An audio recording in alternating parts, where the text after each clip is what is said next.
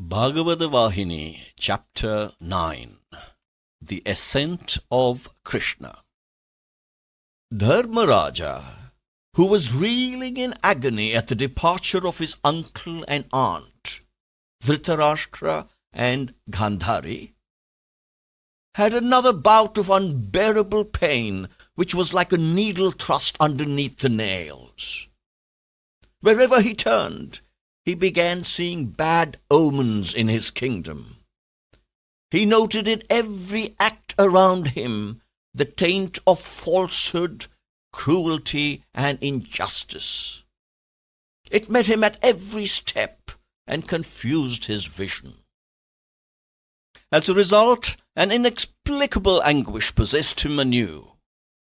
His face became pale with apprehension.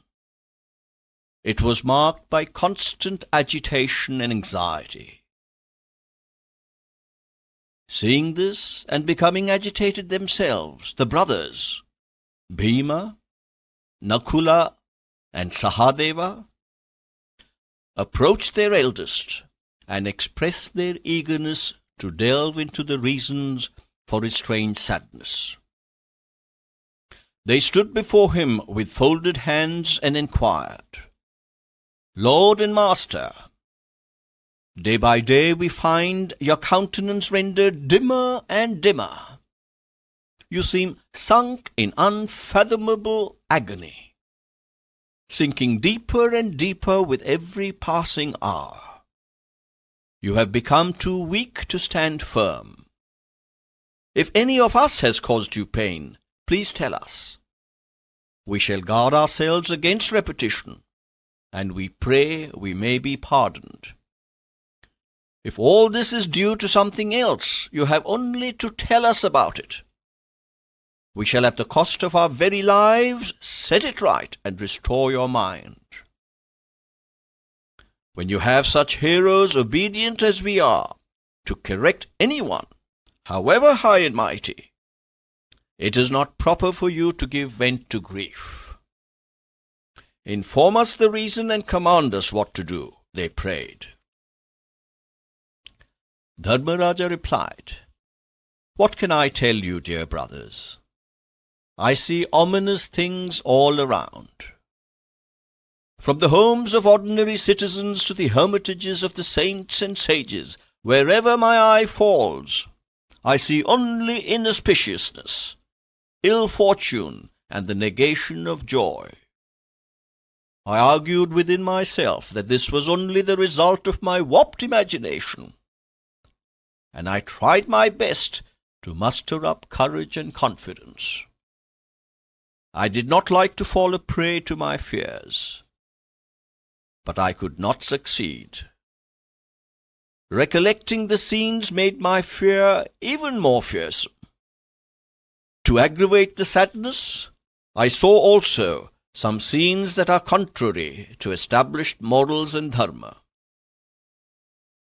Not only did they come to my actual notice, the courts of justice in this kingdom have been receiving petitions and pleas regarding wrongs, injustices, iniquities, and misdeeds, which make me grieve deeply.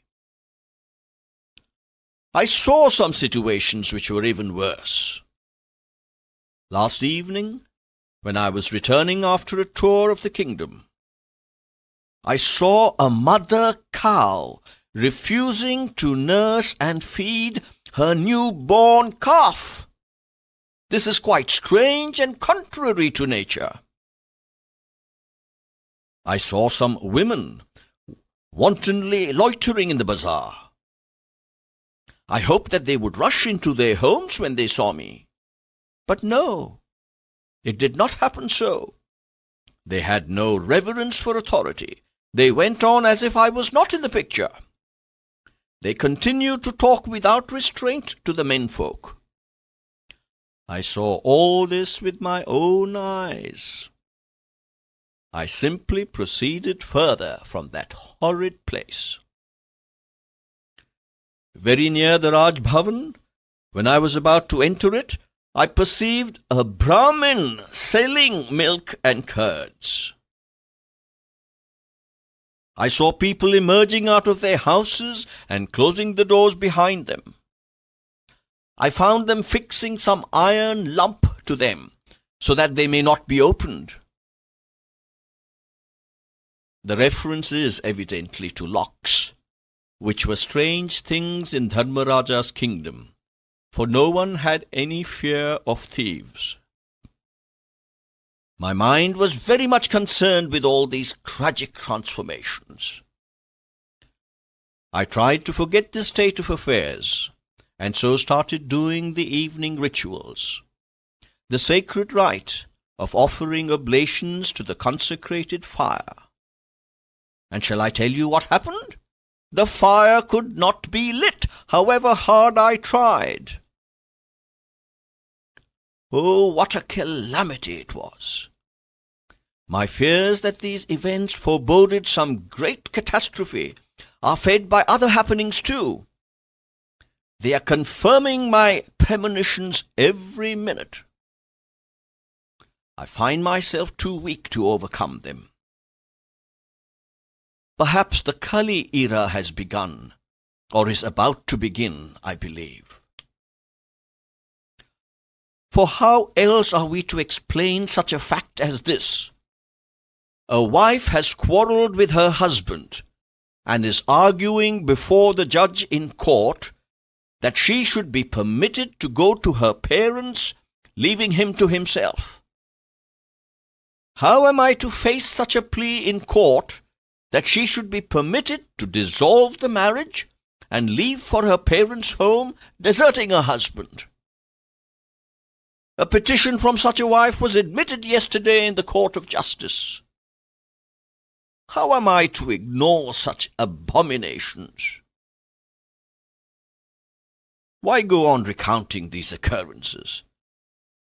Yesterday, the horses in the royal stable started weeping. Did you hear? They were shedding copious tears, the Saisas reported. Sahadeva tried to investigate the causes of their deep sorrow, but he could not discover why, and he was struck with wonder and consternation. These are indications of wholesale destruction, not of any minor danger or small evil. Dharmaraja placed his chin on his upright arm and rested a while in deep thought. Bhima did not give way to despair. He laughed a scornful laugh and began. The incidents and events you mention might have happened. I do not deny them. But how can they bring disaster to us? Why should we give up all hope? All these abnormalities can be set right by administrative measures and their enforcement. It is really surprising that you are so worried about these small matters that can be corrected by us. Or is it the imminent breaking out of another war that you fear? Perhaps you are anxious to avoid the ravages that the revival of war might bring about? That contingency is impossible. For all our foes have been exterminated with their kith and kin. Only we 5 are left, and we have to seek for friends and foes only among ourselves. Rivalry will not break out amongst us, even in our dreams. Then, what agitates you? I cannot understand why you are afflicted. People will laugh at you when you take these little things to heart and lose peace of mind. Bhima said this, and changing his mighty mace from the right hand to the left, he laughed a laugh which was half a jeer. To this Dharmaraja replied, I have the same discrimination and intelligence that you have in these matters. Nor have I an iota of dread that enemies will overpower us. Have we not defeated the renowned warriors Bhishma, Drona, and the rest, who could singly and with but one arrow destroy the 3 worlds? what can any foe do to us? And what can agitate us, who were bearing even the direst calamities with fortitude? How can any difference arise between us now, who stood so firm in the days of distress? Perhaps you suspect that I am afraid of anything happening to me personally. No, I shall never be agitated by anything that might happen to me, for this body is a bubble upon the waters. It is a composite of the 5 elements, waiting to be dissolved back into its components. The dissolution must happen some day. It is bound to fail, to fall, to fester, to be reduced to ash or mud. I do not pay heed to its fate. My only worry is about one particular matter. I shall disclose it to you without any attempt to conceal the seriousness. Listen. It is now more or less 7 months since our brother Arjuna left for Dwaraka. Yet we have not heard anything about the welfare and well-being of the Lord of Dwaraka. He has not sent any messenger or message regarding at least his reaching Dwaraka. Of course, I am not worried in the least about Arjuna and his reaching or not reaching Dwaraka. I know that no foe can stand up against him. Moreover, if anything untoward had happened to him, certainly Shri Krishna would have sent the information to us. Of this there is no doubt. So I am confident that there is no reason to be nervous about him. Let me confess that it is about the Lord himself that I am feeling worried. With every passing minute, anxiety is increasing. My heart is suffering unbearable agony. I am overwhelmed by the fear that he may leave this world and resume his permanent abode. What greater reason can there be for sorrow? If this catastrophe has actually come about, I shall not continue to rule over this land, widowed by the disappearance of the Master. For us Pandavas, this Vasudeva was all our 5 vital heirs put together. When he departs, we are but corpses, devoid of vitality. If the Lord is upon the earth, such ominous signs dare not reveal themselves. Injustice and iniquity can have free play only when he is absent. I have no doubt about this. My conscience is clear about it. Something tells me that is the truth.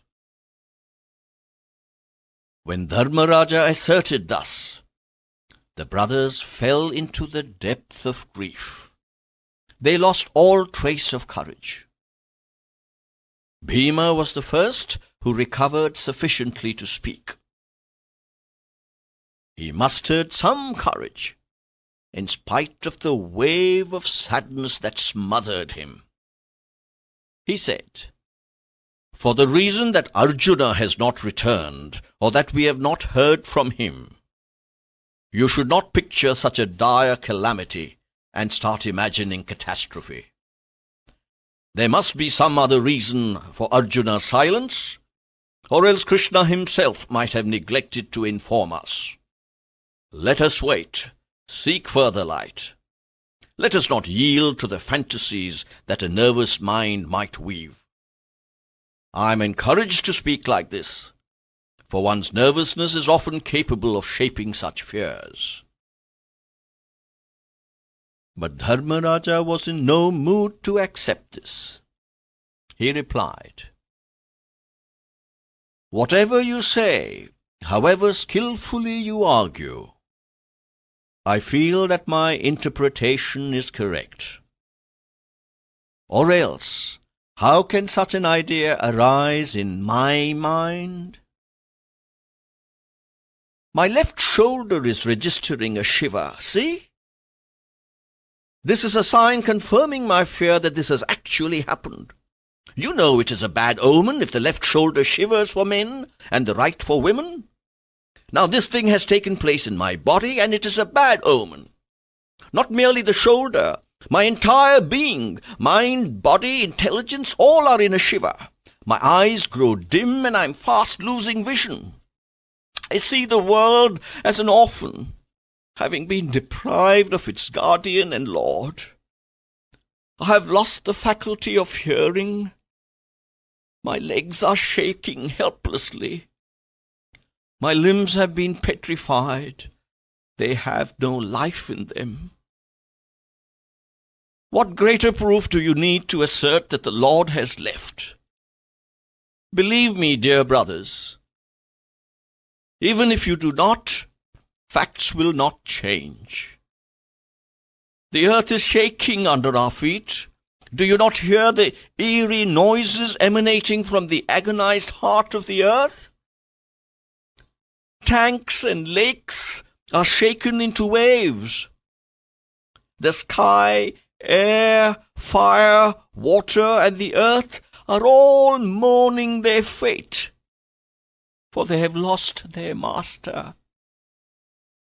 How many more evidences do you need to get convinced?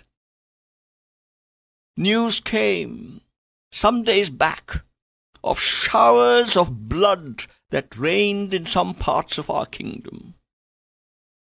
Hearing these words, streams of tears coursed down the cheeks of Nakula and Sahadeva, even as they stood before their brother. Their hearts were struck with pain. They could not stand, for their legs failed them.